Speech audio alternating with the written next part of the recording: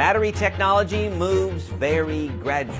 We're working to a goal where we have zero crashes, zero emissions, and zero congestion.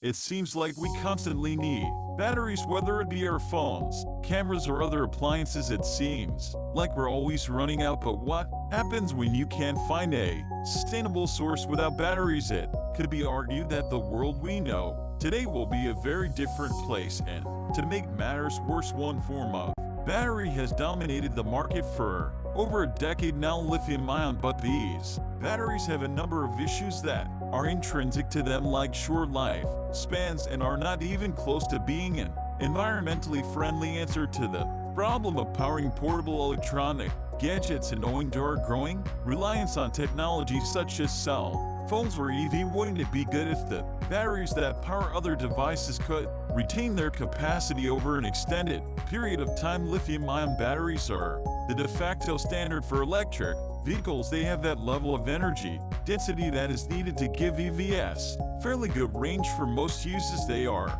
robust enough to last for thousands of charging cycles. They provide enough power to run an electric motor, and they are accessible at price for quantity that make them ideal for application in the automotive sector. And yet lithium has a fundamental problem. Mining businesses that specialize in lithium are having trouble keeping up with the high demand for the element used in a wide variety of applications, including EVs, portable electronic devices, and fixed energy units. This has led to a rise in the interest of a non-nickel battery, particularly by Western companies looking to establish a reliable supply chain for battery ingredients. There has been a steady progress in the energy density and cycle life of lithium-ion batteries over the years, but manufacturers are also exploring novel chemistries to get the advantage over their rivals. One such new area of battery technology revolves around swapping out the lithium content of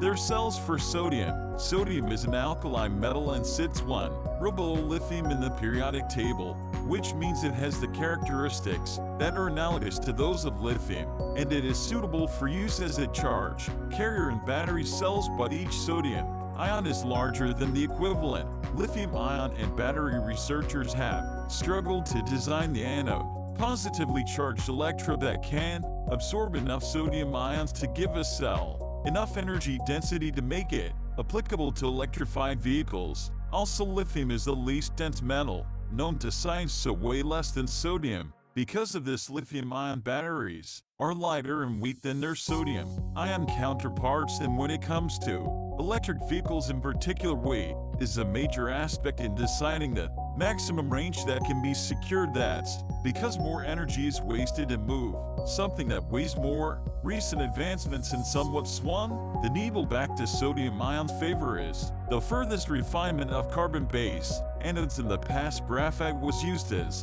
an anode in sodium-ion batteries, but due to the low capacity to absorb sodium ions, the material's performance was seriously compromised. There are a few notable benefits for sodium-ion cells over lithium-ion cells, provided that they can be turned to part into commercial use. Cathode, a Chinese battery company, believes sodium-ion cells could deliver more fast charging performance than existing lithium ions, as well as lifetime and safety performance that meets or surpasses that of its own LFP-based lithium cells. Over the course of a number of years, the manufacturer has focused its efforts on the study and development of sodium-ion battery electrode materials. In terms of the cathode materials, Cathode has used a Prussian white material that has a higher specific density. Moreover, Cathode has changed the bulk structure of the material by reordering the electrons, which has allowed them to tackle the global issue of fast bandwidth fading upon material cycling. For its anode materials, Cathode has developed a high carbon material with a unique pore structure that allows sodium ions to be stored and transported quickly, while also providing exceptional cycle performance. Based on a series of innovations, Cathode's first generation of sodium-ion batteries has the advantages of high energy density, fast charging capability, excellent thermal stability, great load, temperature performance, and high integration efficiency, among others. The sodium-ion battery cell used by catalysts, capable of achieving an energy density of up to 160 watt-hours per kilogram and can be charged to 80% state of charge in only 15 minutes when kept at room temperature, and even in a low temperature environment of -20 degrees Celsius. It has a capacity retention rate of more than 90%, and its system integration efficiency can reach more than 80%, which means as far as thermal stability goes, sodium-ion batteries surpass all national safety standards for traction batteries when it comes to the transportation electrification. The first generation of these batteries is particularly useful because of its remarkable benefits in places with low temperatures. Also, it is capable of being modified in a versatile fashion to application needs of any and all potential situations relevant to the area of energy storage. From a manufacturing point of view, sodium-ion cells can be made with the same material that is already used to make batteries, which means that the factory wouldn't have to be redesigned, which is a plus in saving in the department. Cathode launched small-scale commercial deployment of sodium-ion battery cells in July of 2021 and expects to expand the supply chain through 2023. Even if it doesn't seem like much, sodium batteries might eventually take the place of lithium-ion ones, mainly because it does not consume any scarce resources. Simple table salt is all that is needed for the manufacturing of the cathodes. The use of more exotic lithium salts is not necessary as far as anodes are concerned. Lignite, wood, and other biomass can be used. Cobalt or other rare materials are not needed. All that is good stuff, but sodium has two downsides. For one, it is 3 times heavier than lithium, so its batteries are also going to be heavier, even though lithium accounts for less than 5% of the total weight of a battery. Secondly, the lower cell voltage of 0.3 volts means sodium batteries lose roughly 10% of their energy density, making them less potent. This is largely owing to the fact that the graphite anodes that have been used up to now in batteries absorb too much sodium, but nanoscale carbon might offer a cure. Graphene, a single atom thick carbon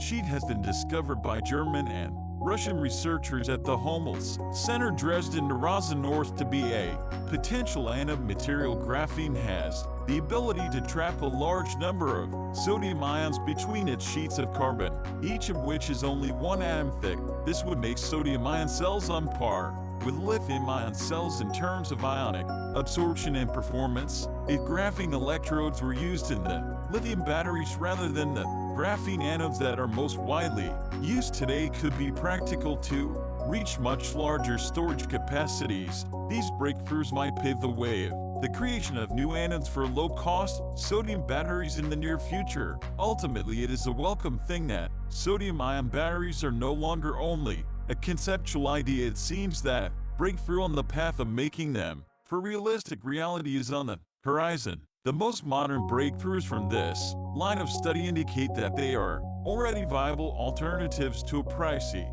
lithium-ion battery that are both economical and efficient in their use of resources. The performance of these batteries might perhaps be considerably improved by using multi-layered storage. As far as mass production and use of electric cars and mobile phones go, sodium-ion batteries have a long way to go before they achieve the state of technological maturity, but when that does happen, the changeover from lithium to sodium-ion batteries should be largely unproblematic due to the fairly similar technology involved.